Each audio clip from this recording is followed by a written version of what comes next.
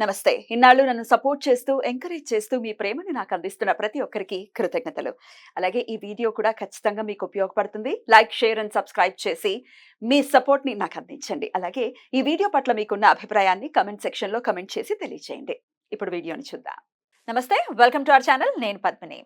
July మాసం ప్రారంభం కాబోతోంది. మరి ఈ జులై మాసం మాస ఫలితాల్ని మనకు అందించడానికి మనతో పాటు సిద్ధంగా ఉన్నారు ప్రముఖ ఆధ్యాత్మికవేత్త, వాస్తు జ్యోతిష పండితులు నిట్టల ఫణిభాస్కర్ శర్మ గారు. మరి వారి ప్రెడిక్షన్స్ ని ఇప్పుడు చూద్దాం. కర్కాటక రాశి వారికి జులై మాసం ఎలాంటి ఫలితాలను ఇవ్వబోతోందో ఇప్పుడు చూద్దాం. వీక్షకులందరికీ నమస్కారం. జూలై మాసంలో కర్కాటక రాశి వారికి ఏ విధమైనటువంటి ఫలితాలు కలగబోతూ ఉన్నాయో ఈ వీడియో ద్వారా తెలుసుకునేటువంటి ప్రయత్నం చేద్దాం. కర్కాటక రాశి వారికి జూలై నెలలో ఒక అత్యద్భుతమైనటువంటి శుభ ఫలితం ఏంటి అంటే లాభస్థానంలోకి కుజుడు రావడం. 13వ తారీఖు దాటిన తర్వాత కుజుడు వృషభ రాశి ప్రవేశం చేసినప్పుడు ఆయన లాభస్థానంలో అత్యంత శుభ ఫలితాలను ఇచ్చేటువంటి గ్రహం. అది ఒకటి. ఇక రెండవది ఇప్పటికే లాభస్థానంలో ఉన్నటువంటి గురుడు అత్యంత శుభ ఫలితాలను ఇస్తూ ఉన్నటువంటి స్థితి.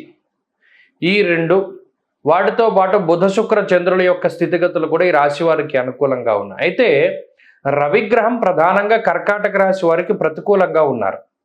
రవి వ్యయస్థానమందు 17వ తారీఖు దాటిన తర్వాత నుండి దక్షిణాయనం ప్రారంభమైనటువంటి దగ్గర నుండి జన్మరాశి యందు రవి కొంత ప్రతికూలంగా ఉంటారు.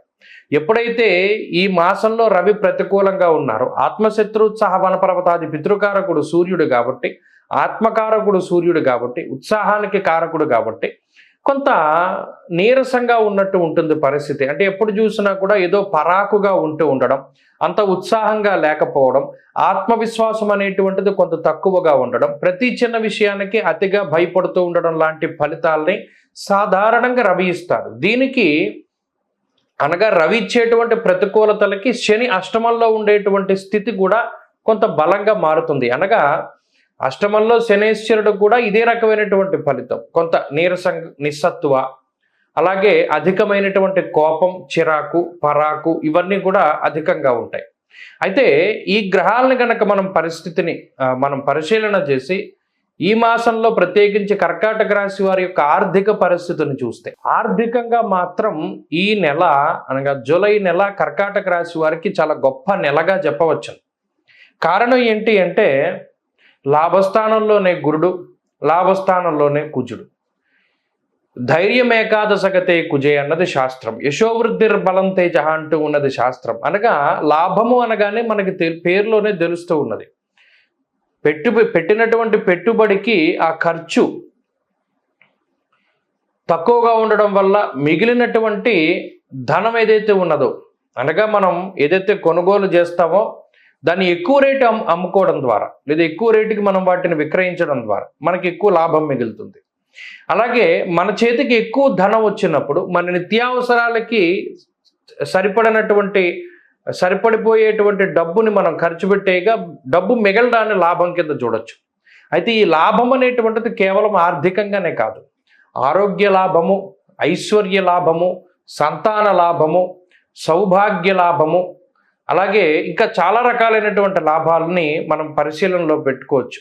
ఎందుకంటే ఈ లాభంలో ఉన్నటువంటి గురు మంగళులు అంటే గురుడు అంటే గురుగ్రహం, మంగళుడు అంటే కుజగ్రహం. ఈ గురు మంగళ యోగ కారకమైనటువంటి ఈ గ్రహాలు ఏవైతే ఉన్నాయో, ఈ గురు మంగళ యోగాన్ని ప్రసాదించేటువంటి గ్రహాలు ఏవైతే ఉన్నాయో వాటిని పూర్తి స్థాయిలో అవి ఇచ్చేటువంటి శుభ ఫలితాలని అనుభవించడానికి ఈ మాసం చాలా శ్రేష్టం. కాబట్టి ఆర్థికంగా మాత్రం ఇది చాలా గొప్ప మాసము. కర్కాటక రాశి వారికి మనం ఇంతకీ చెప్పొచ్చేది ఏంటి అంటే ఈ మాసంలో ఎక్కువగా ధనాగమనము అనేటువంటిది ఉంటుంది. ముఖ్యంగా అది భూ లావాదేవీల వల్ల కానీ లేదా కోర్టు కేసులు నెగ్గడం వల్ల కానీ, వంశపారంపర్య ఆస్తులు చేతికి రావడం కానీ, ఎప్పటి నుండో మీకు రావాల్సిన ధనం చేతికి రావడం కానీ, లేదా ఉద్యోగంలో డబ్బు పెరగడం కానీ, ఇలా ఏదైనా కారణం కానివచ్చు డబ్బు అయితే కొంత ఎక్కువగా వస్తుంది. ఇక రెండవది ఆరోగ్యపరమైనటువంటి విషయం. ఇందాక మనం చెప్పుకున్నట్టు శని రవి యొక్క ప్రభావం వల్ల ఆరోగ్యం కొంత ఇబ్బంది పెడుతూ ఉంటుంది. అనగా కాలాన్ని అతిక్రమించి భోజనం చేస్తూ ఉండడము, ఏదైనా ఒక పనిని పెట్టుకుంటే ఆ పని ప్రతిసారి కూడా వాయిదా పడుతూ ఉండడము, దానివల్ల చికాకు ఎక్కువగా వస్తూ ఉండడం, ఇలా కొంత ఇరిటేషన్తో కూడి ఉన్నటువంటి వాతావరణం. ఆరోగ్యపరంగా మాత్రం రవి శనులు కొంత ఇబ్బంది పెట్టేటువంటి గ్రహాలు అయినప్పటికీ అటు గురుడు పూర్తి స్థాయిలో బలంగా ఉన్నారు, కుజుడు కూడా ఆయన రోగ కారకుడు, ఆ రోగాల్ని నివారించడానికి కూడా ఆయనే శక్తివంతమైనటువంటి గ్రహం. కాబట్టి కుజుడు అనుకూలంగా ఉంటారు 13వ తారీఖు దాటాక. కాబట్టి 13వ తారీఖు వరకు ఏమైనా అనారోగ్య సమస్యలు ఉన్నా ఆ తర్వాత రికవరీ రేట్ అనేటువంటిది ఎక్కువగా ఉంటుంది. కుటుంబ పరిస్థితులు కూడా చాలా సానుకూలంగా ఉన్నాయి. కొంత స్వయంకృత అపరాధాల వల్ల మాత్రమే కొంత ఇబ్బంది పడేటువంటి పరిస్థితులు గోచరిస్తూ ఉన్నాయి. తక్కినవన్నీ కూడా కొంత సాధారణమైనటువంటి పరిస్థితులు ఉన్నాయి. అనగా కుటుంబ సభ్యులతో మీరు ఏ విధంగా ప్రవర్తిస్తారో మీతో కుటుంబ సభ్యులు అదే విధంగా ప్రవర్తిస్తారు. ఆ ఒక్క విషయం జాగ్రత్తగా గుర్తుపెట్టుకోవాలి. ఇక ఉద్యోగ వ్యాపారాలు కర్కాటక రాశి వారికి చాలా బాగున్నాయి. ఆర్థికంగా ఎదుగుదల ఉంటుంది, ఉద్యోగ వ్యాపారాల్లో ఎదుగుదల ఉంటుంది. తలపెట్టినటువంటి ఉద్యోగ వ్యాపారాల్లో తలపెట్టినటువంటి అనుకున్నటువంటి ప్రతి కార్యము కూడా సఫలమవుతూ ఉంటుంది. అలాగే చదువరులకి విద్యార్థులకి జూలై నెల చాలా బాగా కలిసి వస్తుంది. దూర ప్రాంతాల్లో కానీ స్వదేశాల్లో చదువుకుంటూ ఉండేటువంటి వారికి ఈ మాసం మంచి ఫలితాన్ని ఇస్తుంది. స్త్రీలకు ప్రత్యేకించి ఈ జూలై నెలలో ఉండేటువంటి గ్రహస్థితిని చూస్తే మానసిక ప్రశాంతత దొరుకుతుంది, కుటుంబ సఖ్యత బాగుంటుంది. ఉద్యోగ వ్యాపారాలు చేసేటువంటి స్త్రీలు మాత్రం కొంత ఇబ్బంది పడేటువంటి అవకాశాలు ఉన్నాయి. కర్కాటక రాశి వారు జూలై నెలలో మరింత అనుకూలమైనటువంటి ఫలితాలను గనక సాధించాలి అనుకుంటే ప్రత్యేకించి సూర్యారాధన చేస్తూ ఉండాలి. అలాగే శనేశ్వరుని యొక్క ఆరాధన కూడా చాలా మంచిది. అనగా శని ఆదివారాలు గనక నిష్టగా ఉండగలిగితే ఈ నెలంతా కూడా బాగుంటుంది. ఆరోగ్యపరంగా బాగుంటుంది, ఐశ్వర్యపరంగా బాగుంటుంది. శనివారము ఆదివారము ఈ 2 రోజుల్లోనూ మద్యమాంసాలు భుజించకండి, తలకి నూనె రాసుకోకండి, అలాగే శరీరానికి తైల సంస్కారం చేయకండి. అలాగే శనివారం ఆదివారం బయట వండినటువంటి పదార్థాలు ఇవి కూడా తినకండి, ఇంట్లో వండినటువంటి పదార్థాలు తినండి. బయట వంట నూనెతో చేసినటువంటి పదార్థాలు అంటే ఏదైనా బయట తిళ్ళు నూనెకి సంబంధించినటువంటి తిండి ఏదైనా తింటే మరింత చెడు ఫలితం వస్తుంది. కాబట్టి శని ఆదివారాలు ఉండగలిగినంత నిష్టగా ఉంటే ఈ జూలై నెల అత్యద్భుతమైన ఫలితాలు ఈ రాశి వారికి సంప్రాప్తమవుతాయి. ఏదైనా ఒక స్తోత్ర పారాయణ చేయదలుచుకుంటే ప్రత్యేకించి ఈ రాశి వారు కాళీ అమ్మవారి యొక్క ఆరాధన చేస్తే చాలా మంచిది. దశ మహావిద్యల్లో ప్రథమమైనటువంటి విద్య కాళికా అమ్మవారి యొక్క ఆరాధన. అనగా కాళికాదేవి స్తుతి కానీ లేదా లలితా సహస్రనామం కానీ ఇవి పారాయణ చేస్తూ ఉండడం చాలా చెప్పదగినటువంటి సూచన.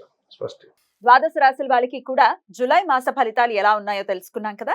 మరి వారు అందించినటువంటి ప్రొడిక్షన్స్ డెఫినెట్ గా ఒక ఇండికేషన్. వాటిని దృష్టిలో పెట్టుకుని అలాగే చెప్పినటువంటి పరిహారాలని కూడా పాటించుకుంటూ ప్రతి ఒక్కరికి కూడా ఈ మాసం పీస్ఫుల్ గా వెళ్ళాలని మనస్ఫూర్తిగా కోరుకుంటూ నమస్తే.